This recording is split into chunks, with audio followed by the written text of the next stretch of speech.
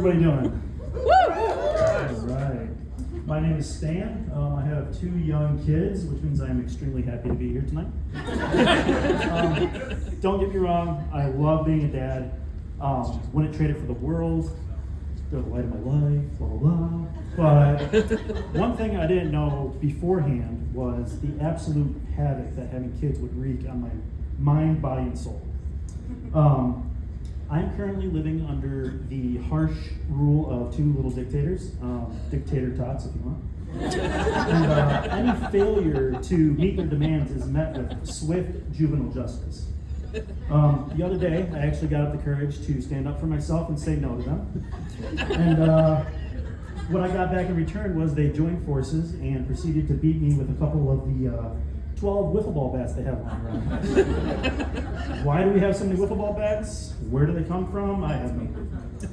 But so you can imagine me there laying on the floor, crying in the fetal position. And I'm just hoping and praying that my wife hears this and she comes out to rescue me. And she did hear the commotion and she came out, and about halfway through she joined their team. But their tiny terrorism isn't limited to just physical assault. They are master mental warriors as well. They have a giant bag of tricks that they can pull from, and I'm pretty sure that they write down all their ideas on little slips of folded paper like it's fucking charades. Except instead of act like a giraffe, it's when dad's not looking, stub your toe and scream like you're being stabbed. The other day, I was taking a shower, and all of a sudden my daughter just starts screaming bloody murder. And it was so loud that I jumped out of the shower. I'm barely holding this towel around my waist, and I go running out there because I'm almost positive that somebody's broken into my house and are trying to kidnap my daughter. So imagine my surprise when I get out there and I finally see what's going on, and there's just a little ant on the wall, a little too close to her bed. But I got to give them points for creativity. Every day they come up with new and exciting ways to make what little hair I have left turn gray. So, the other day, I was washing dishes at my kitchen sink, and I heard a couple noises on the roof. I'm like, oh, it's just probably some squirrels, right? Some squirrels. 10 seconds later, I get a text from my neighbor, and it says, do you know your son is running on your roof? So I go out there, and sure enough, this feral animal of a child had channeled his inner DTE lineman and climbed up the rusty ass, about to fall down at any second, TV antenna we have attached inside of our house to get out on the roof. So I haul myself up there, and now I'm in the middle of the most high-stakes game of tag that I've ever played in my life, with a person who has a grand total of 0 self-preservation instincts. I eventually got him down. I told him that there were invisible aliens hovering above our house, and if he didn't come down with me, they were going to abduct him the second I left. And you know, that's the fun part about being a parent, right? Those little lies that you get to tell your kids. Nothing major, nothing important, but sometimes just telling the truth just, oh man, it drags out an argument, it drags out a conversation, and you just got to get it done, right? So I like to have fun with it. I like to embellish a little bit. For instance, the other day, I was arguing with my kids. They wanted to go to the park, but I was working from home. So I thought maybe instead of saying, no, I'm working from home, I would tell them, well, the park's closed because there's an infestation of flesh-eating caterpillars. Argument done. Or, no, you don't have to eat your vegetables, but your bones are going to turn hollow, and the next time there's a big storm, you're going to blow away and never come back. Another argument done. But to be honest, kids say crazy shit too, right? A couple months ago, me and a couple other parents, we were at the bus stop, and it was the end of 5th grade sex ed.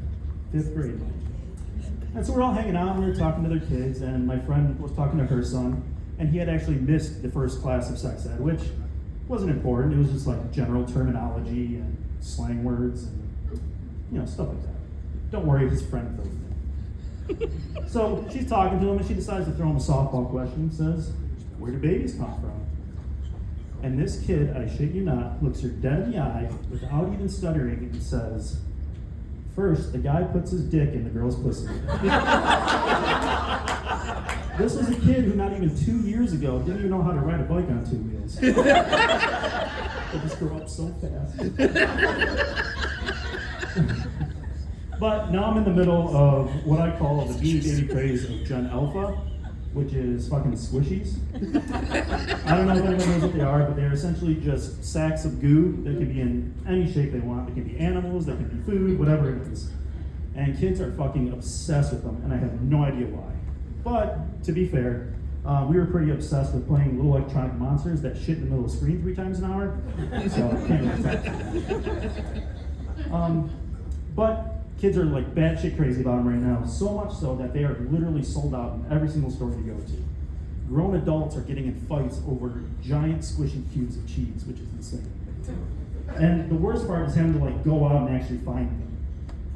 I'm walking around, I'm uttering the most insane sentences I've ever said in my life. Like, do you have the authentic RMS dumplings? Not the fake leukemia ones. Do you have the limited edition Dr. Pepper Nito Ice Cube? Every stop is just stressful as hell.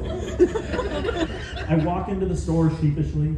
The workers are eyeing me. They're already pissed off because they know what I'm going to ask them. I'm a middle-aged man, by myself, in a Five Below. Why else am I there? So I walk around. I know they're mad, so I walk around. I'm going to find these by myself so they don't have to deal with it. Inevitably, I give up. Can't find them. And like every other time I've gone in there, and like my high school dating career, I have to go up to them and say, do you have any squishies? And they say, no, and please don't come back and ask us ever again. But now I'm too embarrassed to just walk out, right? I can't leave without anything. So I wander around the aisles just picking up random shit, and I end up leaving the store with some crazy Japanese candy and a couple more wiffle ball bags. Thank you.